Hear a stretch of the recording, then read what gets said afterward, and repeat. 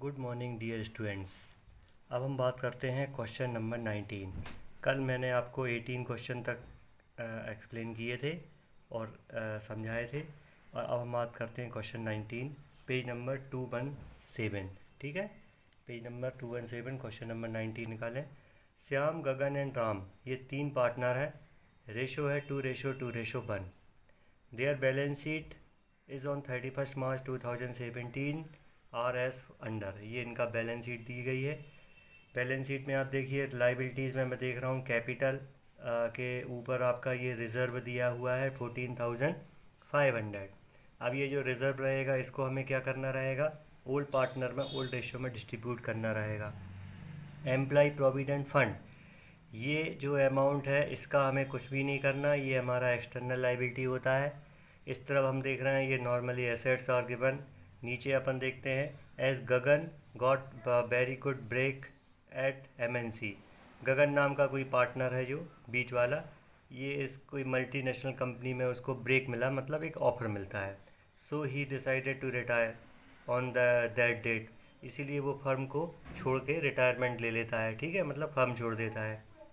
And it was decided that the Shyam and Ram would share the future profit in the ratio of 5:3। अब आप देखें 2:2:1 दिया था और नया रेशो 5:3 इज़ गिवन। तो यहाँ पे हमको पहले गेनिंग रेशो कैलकुलेट करना पड़ेगा। ठीक है, फिर बात करते हैं गुडविल इज़ वैल्यूड एट ₹70,000। अब ये गुडविल जो वैल्यूड दी है इसका मतलब ये total goodwill of the firm है। Gagan's share will be calculated by multiplying his share of profit. Machinery 78,000, पुरानी वैल्यू मशीनरी की 85,000 थी, नई वैल्यू 78,000 हो जाती है, यानी क्या हो जाती है, कम। बिल्डिंग एट 1,52,000, 1,22,000 की ओल्ड वैल्यू थी और नई वैल्यू हो जाती है 1,52,000। इसका मतलब ये इंक्रीज ऑफ एसेट है। ठीक है। स्टॉक एट 30,000, पुरानी वैल्यू स्टॉक की 42,000 थी, जिससे ये कम होके 30,000 हो जाती है, यानी ये डाउन हो जाती है। एंड बैड डेप्ट अमाउंटेड टू ₹1,550। ये जो बैड डेप्ट है ये आपका क्या हो जाता है, डेप्टर्स में से माइनस, यानी ये भी लॉस हो जाता है। तो ये सारी ट्रांजेक्शन्स के लिए इन्होंने बोला है record general entries in the books of the firm and prepare the balance sheet of the new firm. तो सबसे पहले जनरल एंट्री अपन को करना है। पहली एंट्री हम क्या कर देंगे, गुडविल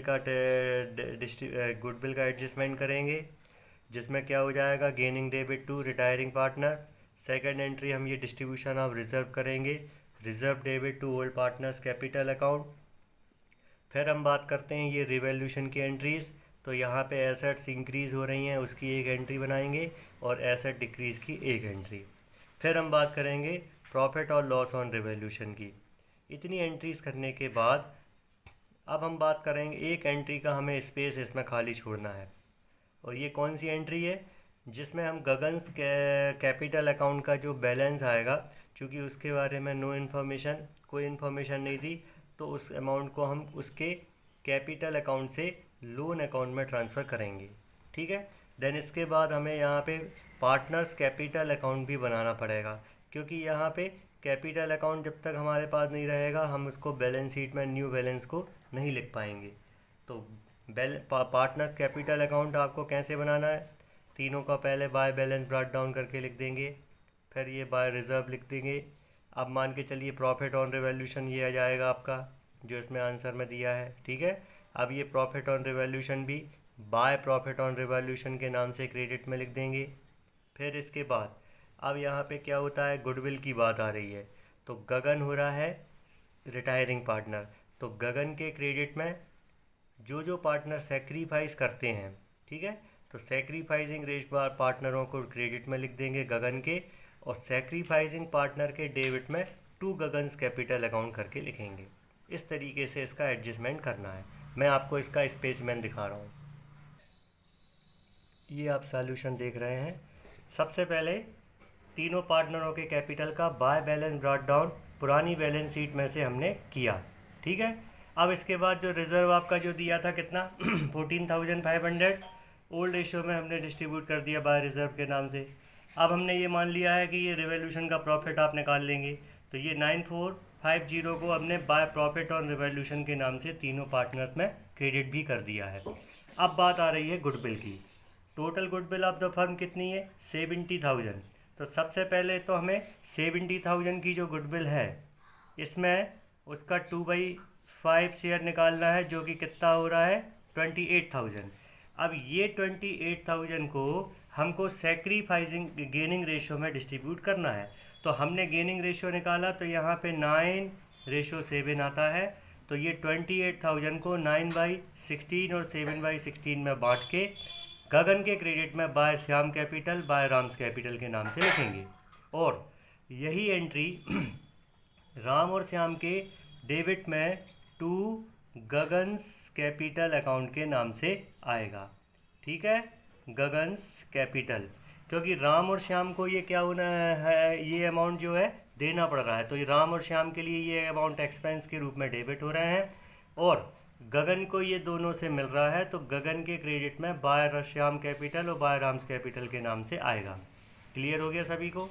अब बात आ रही, गगन यहाँ रिटायरिंग पार्टनर है। तो रिटायरिंग पार्टनर को आपको मैंने बताया था कि जो उसके क्रेडिट का जो बैलेंस होगा, क्रेडिट का जो सारा टोटल हमने जो किया 1,80,000 रुपीज़, ये चूँकि कोई इन्फॉर्मेशन नहीं है तो गगन्स लोन अकाउंट में इसको हमने ट्रांसफ़र कर देना है।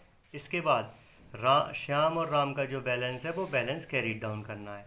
तो ये पार्टनर्स कैपिटल अकाउंट बनने के बाद अब हम बनाएंगे यहाँ पे बैलेंस शीट। तो बैलेंस शीट में आपको ध्यान रखना है जो हमारे एडजस्टमेंट हो चुके हैं। जैसे मान लीजिए आपका यहाँ बिल्डिंग की वैल्यू 1,52,000 है, मशीनरी की नई वाली वैल्यू 78,000 है, और गुडविल तो ये हम कर चुके हैं। स्टॉक की वैल्यू ये दी गई है। तो अब जब हम नए वाले बैलेंस शीट में ये जो इनके अमाउंट लिखेंगे तो नए वाली वैल्यू को ही हमको लिखना है। दूसरी चीज़, जब हम लायबिलिटी साइड में आएंगे क्रेडिटर एज इट इज़ आएगा, रिज़र्व नहीं आएगा क्योंकि हमने रिज़र्व का डिस्ट्रीब्यूशन कर दिया है। ठीक है, कैपिटल हमारी जो हमारे दो पार्टनर बचे हुए थे राम और श्याम, उनकी कैपिटल आएगी, और जो गगन का जो balance of partners loan account था वो लायबिलिटी में आएगा। Employ provident fund as it is आएगा। तो इस तरीके से आप देखेंगे इसका जो बैलेंस शीट है वो बैलेंस शीट का टोटल आ जाएगा। अब बात करते हैं क्वेश्चन नंबर 20। इसमें हम revaluation account, partners capital account and balance sheet बनाना है। तो पार्टनर्स कैपिटल अकाउंट तो हमको एनी हाउ बनाना ही पड़ता है, क्योंकि जब तक हम पार्टनर्स कैपिटल अकाउंट नहीं बनाते हमको बैलेंस शीट बनाने में प्रॉब्लम रहेगी। ठीक है, तो ये क्वेश्चन भी आप समझ लें। XYZ का रेशो है 5:3:2। देयर बैलेंस शीट, ये इनकी बैलेंस शीट दी गई है। बाय रिटायर होता है। अब देखें पहले बैलेंस शीट में जनरल रिजर्व दिया गया है, जिसको हमें क्या करना रहेगा, XYZ को ओल्ड रेशो में डिस्ट्रीब्यूट करना रहेगा। ठीक है, फिर इसके बाद अपन देखते हैं इस तरफ आपका कोई एसेट या लायबिलिटी और कुछ नहीं दिया। जॉइंट लाइफ इंश्योरेंस पॉलिसी ये हमारी दी गई है। इसका हमें ट्रीटमेंट जो हम बताया था हमने आपको, उसी स्टाइल में करना है तरीके से। देखिए अब टर्म्स देखते हैं हम रिटायरमेंट की। पहली जो हमारी टर्म है वो क्या दी गई है, by sales his share of goodwill to X for ₹28,000 and to Z for ₹8,000 X में, एंड Z को 4,000 करता है। तो देखिए यहाँ बहुत सिंपल सा चीज़ है, यहाँ अपन को गुडविल का कैलकुलेशन करने की ज़रूरत नहीं है। जब हम कैपिटल अकाउंट बनाएंगे तो बाय के क्रेडिट में बाय एक्सेस कैपिटल और बाय जेड्स कैपिटल लिखेंगे, और एक्स और जेड के डेबिट में टू बायस कैपिटल करके ये वाले अमाउंट डालेंगे।